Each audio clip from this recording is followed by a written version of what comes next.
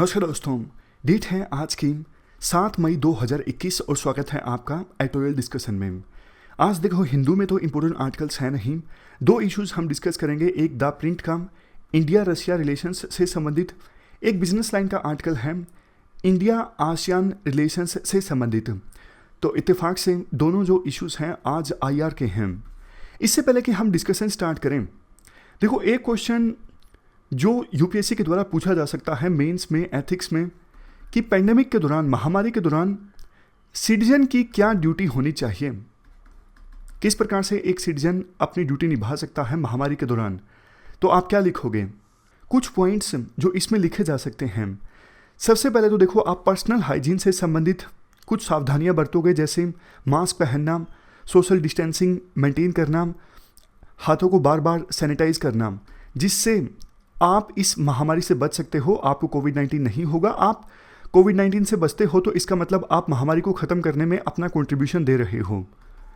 Next, आप सरकार के द्वारा जारी की गई गाइडलाइंस को पूरी तरह से फॉलो करोगे। जैसे आप बाहर से आए हो, सरकार की गाइडलाइन कहती है कि बाहर से जो व्यक्ति आया है वो अपने आप को आइसोलेट करेगा, बेशक सिम्टम ना भी हो। तो जो भी सरकार की गाइडलाइंस हैं आप उन्हें फॉलो करोगे, चाहे वो लॉकडाउन संबंधित हो या फिर दूसरी हो। नेक्स्ट पॉइंट, देखो महामारी की सिचुएशन में वैसे भी डेमोक्रेसी में एक सिटीजन की ड्यूटी बनती है कि जिन लोगों को उसने इलेक्ट किया है उनसे क्वेश्चंस पूछना। तो महामारी के दौरान भी ये आपकी ड्यूटी बनती है, क्वेश्चंस पूछना, सरकारों पर प्रेशर डालना, ताकि सरकारों की अकाउंटेबिलिटी फिक्स हो सके और वो और ज़्यादा बेहतर काम करें। नेक्स्ट, महामारी के दौरान देखो बहुत से लोगों को इकोनॉमिक स्ट्रेस का सामना करना पड़ता है, जैसे डेली वेजर्स हैं। तो ये आपके सामर्थ्य में है कि आप उनकी मदद कर सको, तो आप उनकी ज़रूर मदद कीजिए अपने सामर्थ्य के अनुसार। और या फिर डोनेट, आप कहीं भी कुछ कर सकते हो तो आप डोनेट कीजिए। नेक्स्ट पॉइंट साइंटिफिक टेम्पर से संबंधित है, क्योंकि देखो महामारी के दौरान बहुत सारी अफवाहें फैलती हैं। वैक्सीन मत लगवाना, वैक्सीन के लगवाने से ये हो सकता है। तो ना सिर्फ आप अपना साइंटिफिक टेम्पर मेंटेन करो, जो आर्टिकल 51A में भी है आपकी ड्यूटी है, बल्कि दूसरों को भी इस बारे में अवेयर करो कि ये सिर्फ अफवाहें हैं और इसका कोई भी कॉन्क्रीट बेसिस नहीं है। तो ये कुछ मुख्य पॉइंट्स हैं जो आप लिख सकते हो अगर इस प्रकार का क्वेश्चन आता है, सिटीजन की क्या ड्यूटी बनती है एक पेंडेमिक के दौरान। अब चलिए डिस्कशन स्टार्ट करते हैं। पहला important article India Russia relations से संबंधित है। आप GS पेपर 2 के इस टॉपिक से आर्टिकल को कनेक्ट कर सकते हो। ये सारे एस्पेक्ट्स हम कवर करेंगे इस आर्टिकल की डिस्कशन में, लेकिन सबसे पहले आपको कंटेक्स्ट बताता हूँ। कंटेक्स्ट क्या है? इंडिया में कोविड-19 की सेकेंड वेव आने के बाद रशिया के राष्ट्रपति पुतिन ने प्रधानमंत्री मोदी को फ़ोन किया और कहा कि इंडिया की जो कोविड-19 के खिलाफ फाइट चल रही है, उस फाइट में रशिया पूरी तरह से इंडिया के साथ है। रशिया जो हो सकेगा मदद करेगा इंडिया की इस कोविड-19 के खिलाफ लड़ाई में, यानी सॉलिडेरिटी जाहिर की पुतिन ने इंडिया के साथ कोविड-19 के अगेंस्ट इस लड़ाई में। बदले में प्रधानमंत्री मोदी ने भी पुतिन को धन्यवाद किया। फ़ोन कॉल के बाद जो जॉइंट स्टेटमेंट रिलीज़ की गई ना, वो काफ़ी ज़्यादा इंपॉर्टेंट है। इस जॉइंट स्टेटमेंट में कहा गया कि दोनों देश 2+2 डायलॉग मैकेनिज्म इस्टेब्लिश करेंगे। इस 2+2 डायलॉग मैकेनिज्म के तहत देखो, दो देशों के डिफेंस मिनिस्टर्स और फॉरेन मिनिस्टर्स आपस में बातचीत करते हैं। वो दो देश जिनके बीच में अच्छे रिलेशंस होते हैं, तभी ये मैकेनिज्म इस्टेब्लिश होता है। अभी तक देखो इंडिया ने 3 देशों के साथ ये 2+2 डायलॉग मैकेनिज्म इस्टेब्लिश किया है, USA, जापान और ऑस्ट्रेलिया। ये तीनों के तीनों क्वाड में मेंबर्स हैं। रशिया चौथा ऐसा देश है और पहला नॉन क्वाड मेंबर है जिसके साथ इंडिया ने 2+2 डायलॉग मैकेनिज्म को इस्टेब्लिश करने का निर्णय लिया है। इससे पता चलता है कि रशिया की इंडिया के लिए कितनी इंपॉर्टेंस है और इंडिया की रशिया के लिए कितनी इंपॉर्टेंस है, यानी दोनों देश इंडिया रशिया रिलेशंस को कितनी अहमियत देते हैं। तो ये हमने बात की कंटेक्स्ट की। अब थोड़ी बेसिक्स की बात कर लेते हैं।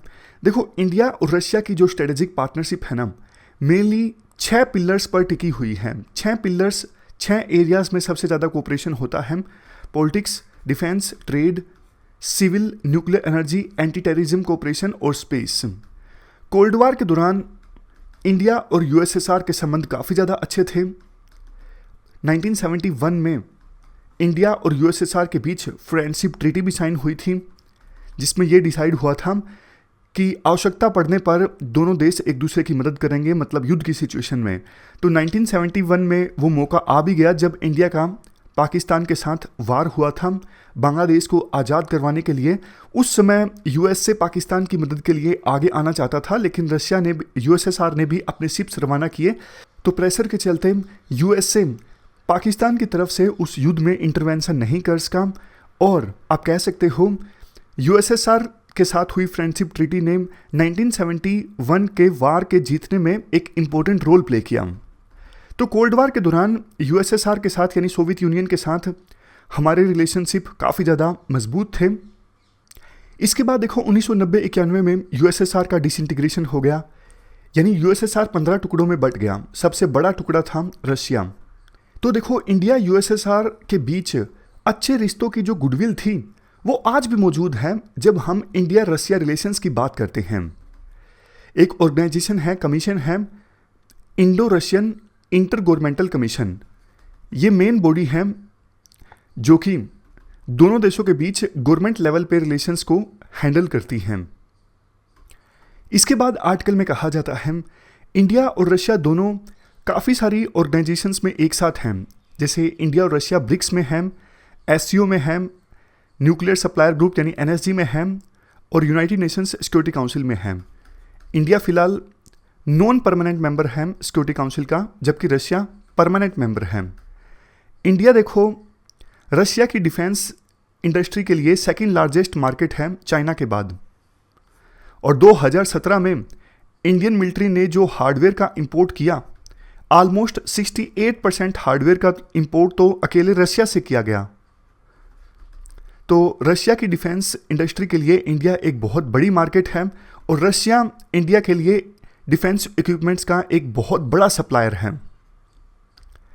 बहुत सारे एरियाज में कोऑपरेशन का स्कोप है, जैसे nuclear, space, defence, energy, economic opportunities in Russian far east.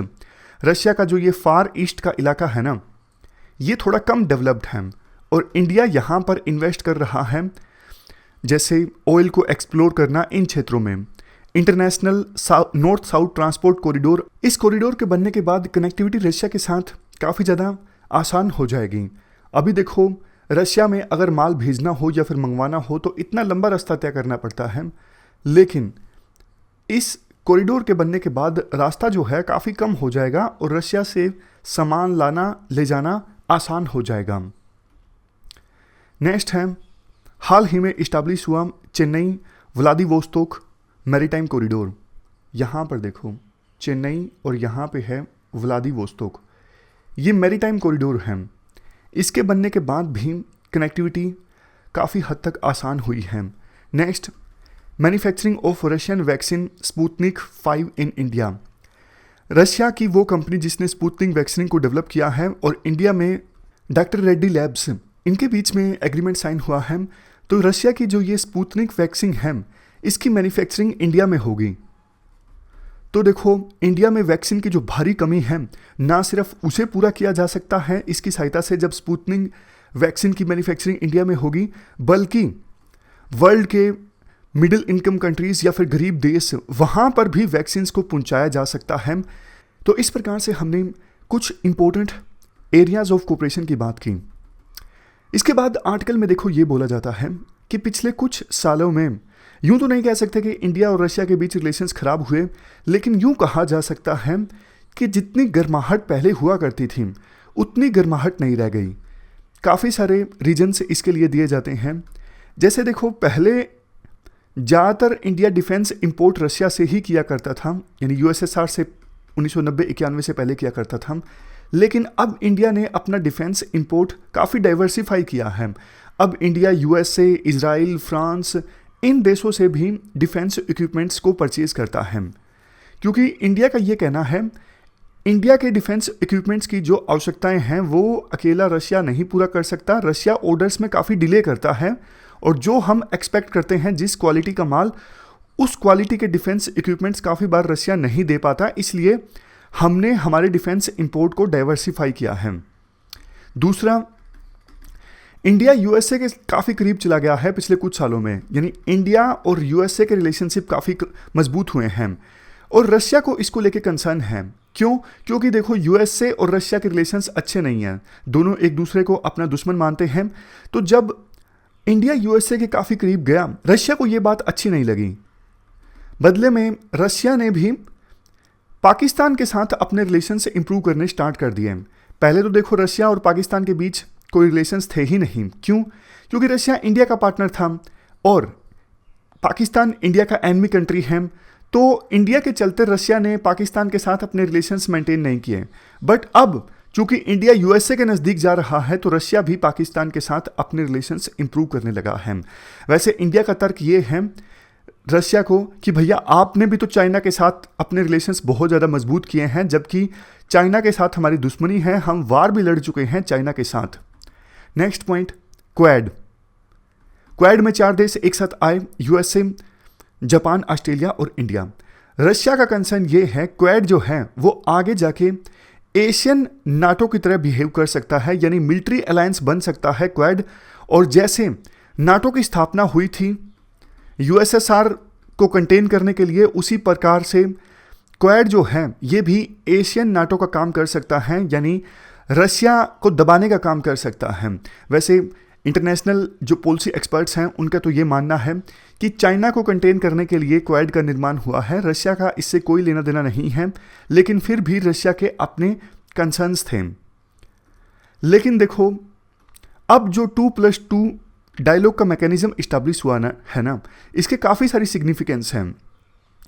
पहला, ये इंडिया का मैसेज है इंटरनेशनल कम्युनिटी को कि भैया, जो आप बोल रहे थे कि इंडिया तो अब यूएसए के ग्रुप में शामिल हो गया है, यूएसए के ब्लॉक में इंडिया शामिल हो गया है, अब इंडिया चाइना और रशिया के अगेंस्ट एक्ट करेगा, उन सबको इंडिया ने धता बताया है, उन सबको इंडिया ने गलत साबित किया है। ये 2+2 डायलॉग मैकेनिज्म इस्टेब्लिश करके इंडिया ने इंडिकेट किया है हम किसी एक्सटर्नल प्रेशर मतलब यूएसए के कहने पर काम नहीं करते, क्योंकि यूएसए तो इंडिया को मना ही करेगा ना कि आप रशिया के साथ 2+2 डायलॉग मैकेनिज्म मत इस्टेब्लिश कीजिए।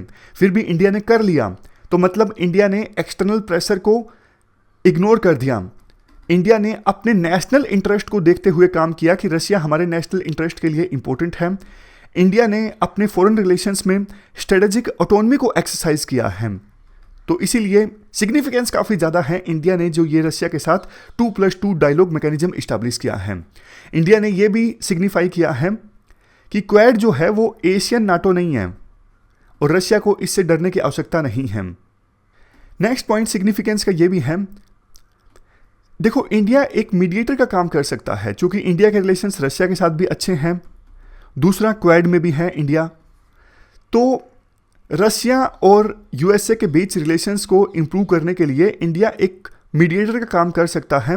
इंडिया कॉमन डिनोमिनेटर है, क्योंकि इंडिया के इस साइड इस ब्लॉक में भी रिलेशंस अच्छे हैं और रशिया के साथ रिलेशंस भी अच्छे हैं ना। तो देखो, इंडिया क्वाड के लिए रशिया के साथ अपने रिलेशंस खराब करेगा और ना ही रशिया के लिए क्वाड के साथ अपने रिलेशंस खराब करेगा। दोनों के बीच में एक बेहतर बैलेंस इंडिया इस्टेब्लिश करेगा और उसी दिशा में इंडिया ने ये पहल की है रशिया के साथ 2+2 डायलॉग मैकेनिज्म।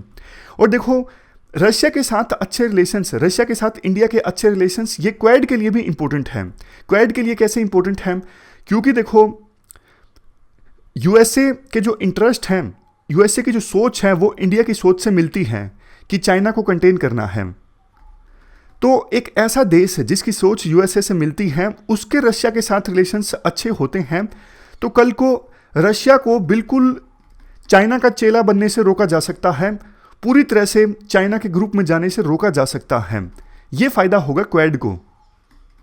दूसरा, ये बात हमने पहले भी डिस्कस की कि रशिया को डर है कि कहीं ये जो क्वाड है ये एशियन नाटो की तरह बन सकता है। जैसे नाटो इस्टेब्लिश किया गया था यूएसएसआर को कंटेन करने के लिए, वैसे ही जो क्वाड जो है ये रशिया को कंटेन कर सकता है। हालांकि चाइना को देखते हुए इसका निर्माण हुआ है। तो इंडिया के साथ अच्छे रिलेशंस, मतलब एक ऐसा देश जिसके रशिया के साथ रिलेशंस अच्छे हैं और जो क्वाड में है, ये रशिया को भी एश्योरेंस देता है कि नहीं, ये क्वाड जो है वो एशियन नाटो का काम नहीं करेगा। तीसरा पॉइंट, चूंकि देखो क्वाड का निर्माण हुआ है चाइना को कंटेन करने के लिए, कहीं ना कहीं एक लेवल के बाद रशिया भी चाहता है कि हाँ चाइना की डोमिनेंस बहुत ज़्यादा इंक्रीज ना हो। जैसे सेंट्रल एशिया का एग्जांपल दिया जाता है। सेंट्रल एशिया एक ऐसा क्षेत्र है जो ट्रेडिशनली रशिया का स्ट्रॉन्ग होल्ड है, क्योंकि सेंट्रल एशिया में वो देश हैं जो पहले यूएसएसआर का पार्ट हुआ करते थे, बट आज के समय में सेंट्रल एशिया में भी चाइना अपना इन्फ्लुएंस इंक्रीज करता जा रहा है, जो कि रशिया नहीं चाहता। तो रशिया चाहता तो है कि चाइना के साथ हमारे रिलेशंस अच्छे हों, चाइना हमारा दोस्त है, बट रशिया ये भी चाहता है एक लेवल के बाद चाइना का इन्फ्लुएंस इंक्रीज ना हो। तो उसी दिशा में क्वाड जो है वो एक इंपॉर्टेंट ऑर्गेनाइजेशन साबित हो सकती है, जो चाइना के अगेंस्ट काम करेगी लेकिन रशिया के अगेंस्ट काम नहीं करेगी। अगर ऐसा होता है तो रशिया को भी शायद कोई दिक्कत ना हो। लास्ट में कंक्लूजन में कहा जाता है, इंडिया की जो फॉरेन पॉलिसी है वो स्ट्रेटेजिक इंटरेस्ट के आधार पर है, अपने नेशनल इंटरेस्ट के आधार पर है। ये एक बार फिर से साबित हो गया है। जो 2+2 डायलॉग मैकेनिज्म इस्टेब्लिश हुआ है रशिया के साथ, इंडिया फ्रीली एंगेज करेगा जिस देश के साथ इंडिया एंगेज करना चाहता है, जो इंडिया के नेशनल इंटरेस्ट वकालत करते हैं। इंडिया किसी दूसरे देश के कहने पर एक्ट नहीं करेगा। इंडिया की अपनी एक स्ट्रेटेजिक ऑटोनमी है फॉरेन पॉलिसी में, ये इंडिया ने दिखाया है रशिया के साथ 2+2 डायलॉग मैकेनिज्म इस्टेब्लिश करके। चलते हैं आगे। Next article India ASEAN relations से संबंधित है। आप जीएस पेपर 2 के इस टॉपिक से आर्टिकल को रिलेट कर सकते हो। ये सारे एस्पेक्ट्स हम कवर करेंगे इस आर्टिकल के डिस्कशन में।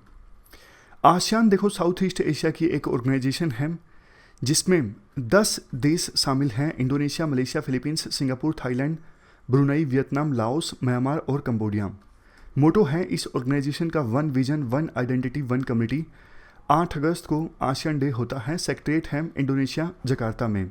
रीजनल ऑर्गेनाइजेशन है जो इन मेंबर कंट्रीज़ के बीच रिश्तों को अच्छा बनाने के लिए वेरियस एरियाज में कोऑपरेशन इस्टेब्लिश करने के लिए इस्टेब्लिश हुई थी 1967 में।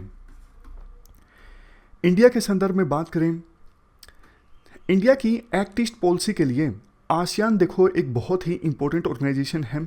प्रधानमंत्री मोदी ने इंडिया आसियान के जब समिट ऑर्गेनाइज हुए 2019 में 2020 में, दोनों समिट्स में ये बात दोहराई कि इंडिया की एक्ट ईस्ट पॉलिसी के लिए आसियान जो है वो केंद्र बिंदु है। इंडिया और आसियान के बीच कनेक्टिविटी को इंक्रीज करने पर फोकस किया प्रधानमंत्री मोदी ने इन दोनों समिट्स में। और अगर आसियान समृद्ध होता है, प्रोस्पर होता है, तो इससे इंडिया को ही फायदा है। ये इंडिया के नेशनल इंटरेस्ट में है। मतलब कहने का ये है, इंडिया आसियान के साथ अपने रिश्ते मजबूत बनाना चाहता है।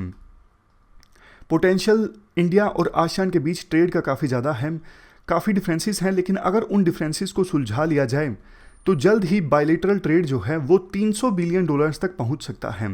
हालांकि देखो पिछले साल ट्रेड कम हुआ, 17% ट्रेड कम हुआ पिछले साल, जिसका रीज़न शायद कोविड-19 है। कोविड-19 के कारण कनेक्टिविटी प्रभावित हुई और इसी वजह से जो ट्रेड है वो 17% कम हुआ पिछले साल। लेकिन देखो कोविड-19 की महामारी का एक इम्पैक्ट ये हुआ कि साउथ ईस्ट एशिया में इंटरनेट इस्तेमाल करने वाले लोगों की संख्या इंक्रीज हो गई है। 2020 में 40 मिलियन ज़्यादा लोग साउथ ईस्ट एशिया में इंटरनेट इस्तेमाल करने लगे, तो आसियान में अब इंटरनेट इस्तेमाल करने वाले लोगों की संख्या हो गई है 400 मिलियन। इससे देखो साउथ ईस्ट एशिया में इंटरनेट इकोनॉमी को बूस्ट मिलेगा। आसियान के मेंबर कंट्रीज भी ये जानते हैं, इसी वजह से उनका एक मास्टर प्लान है, आसियान डिजिटल मास्टर प्लान 2025। हाल ही में आसियान की फर्स्ट डिजिटल मिनिस्टर मीटिंग भी ऑर्गेनाइज हुई थी, ये विचार करने के लिए कैसे डिजिटल कोऑपरेशन को इंक्रीज किया जाए, कैसे डिजिटल क्षेत्र में ह्यूमन रिसोर्सेज को डेवलप किया जाए और इस मास्टर प्लान के लिए इमर्जिंग टेक्नोलॉजीज़ को कैसे एक्सप्लोर किया जाए। खैर देखो अभी तक तो जो हमने बातें की वो आसियान की बातें की कि हाँ आसियान कंट्रीज़ में इंटरनेट यूज़ करने वालों की संख्या इंक्रीज़ हो गई है, उनकी डिजिटल इकोनॉमी की वैल्यू इतनी हो सकती है, वो इस प्रकार से कोऑपरेट कर रहे हैं डिजिटल कोऑपरेशन के क्षेत्र में। इंडिया की बात कहाँ से आई? इंडिया की बात देखो अब स्टार्ट होती है। इंडिया देखो डिजिटल इकोनॉमी के क्षेत्र में काफ़ी मजबूत हैं। डिजिटल इकोनॉमी मतलब वो इकोनॉमी जो कंप्यूटर टेक्नोलॉजीज़ पर आधारित होती हैं, जो इंटरनेट बेस्ड होती हैं। तो आप यूपीआई का एग्जांपल लीजिए। यूपीआई यूज़ करने वाले लोगों की संख्या इंडिया में काफ़ी ज़्यादा है और यूपीआई का इस्तेमाल भी काफ़ी ज़्यादा होता है। विभिन्न बैंकों के बीच में पैसा ट्रांसफ़र करना हो, यूपीआई से आसानी से आप पैसा ट्रांसफ़र कर सकते हो। इवन डेवलप्ड कंट्रीज़ के लिए भी यूपीआई से सीखने को बहुत कुछ है। मतलब सही में जो ये यूनिफाइड पेमेंट इंटरफेस है ना, इसने बहुत ही अच्छा काम किया है इंडिया में।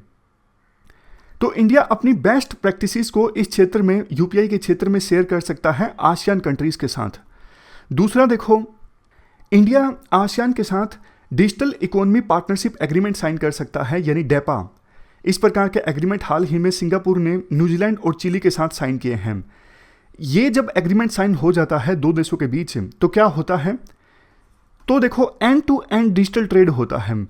यानी पेपर वर्क जो है वो या तो होता नहीं या बिल्कुल नाम मात्र का हो जाता है। जो भी ट्रेड होता है वो डिजिटल होता है। मतलब सामान तो जाएगा, अब कोई चीज़ भेजनी है उसको तो भेजना ही पड़ेगा ना, लेकिन जो कस्टम वर्क है सारा इंपोर्ट एक्सपोर्ट से संबंधित, वो डिजिटल होता है, पेपर वर्क नहीं होता, जिससे सामान भेजना आसान हो जाता है। और इसके अलावा इस प्रकार के पार्टनरशिप में जो डेटा फ्लो होता है वो भी ट्रस्टेड होता है। डिजिटल सिस्टम में ट्रस्ट पैदा होता है दोनों देशों के बीच। तो इस प्रकार का digital economy partnership agreement India ASEAN के साथ साइन कर सकता है। इससे ट्रेड में एफिशिएंसी इंप्रूव होगी, कॉस्ट रिड्यूस होगी और ट्रस्ट भी इंक्रीज होगा।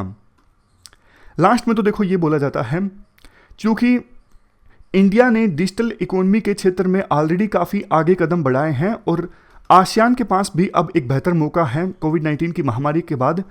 तो इंडिया के काफ़ी सारे ऐसे स्टार्टअप्स हैं, जैसे 35 बिग टिकट इंडियन स्टार्टअप्स हैं जो साउथ ईस्ट एशिया में भी एक्सपेंड कर रहे हैं। उसी प्रकार से आसियान के स्टार्टअप्स को भी इंडिया के रूप में एक बड़ी मार्केट मिल सकती है। तो कहने का मतलब ये है, इंडिया के स्टार्टअप्स के लिए साउथ ईस्ट एशिया एक बड़ी मार्केट है, उसी प्रकार से आसियान के स्टार्टअप्स के लिए इंडिया एक बड़ी मार्केट है। तो दोनों देश आपस में कोऑपरेट कर सकते हैं कि इंडिया के स्टार्टअप्स आसियान में जाएं और आसियान के स्टार्टअप्स इंडिया में आएं। लास्ट में कंक्लूजन में कहा जाता है, देखो जल्द ही आसियान जो है वर्ल्ड की 5 बड़ी डिजिटल इकोनॉमीज में से एक बन सकता है और इंडिया के पास भी डिजिटल इकोनॉमी के क्षेत्र में थोड़ा एज हासिल है। तो इंडिया और आसियान के बीच रिश्तों को मजबूत बनाने के लिए ये डिजिटल कोऑपरेशन जो है ये इंपॉर्टेंट रोल प्ले कर सकता है। ये हमने पूरा आर्टिकल डिस्कस किया इंडिया और आसियान रिलेशंस से संबंधित। हमारी आज की इस डिस्कशन में इतना ही है। आज हमने 2 इश्यूज़ को डिस्कस किया। Thank you very much for discussion.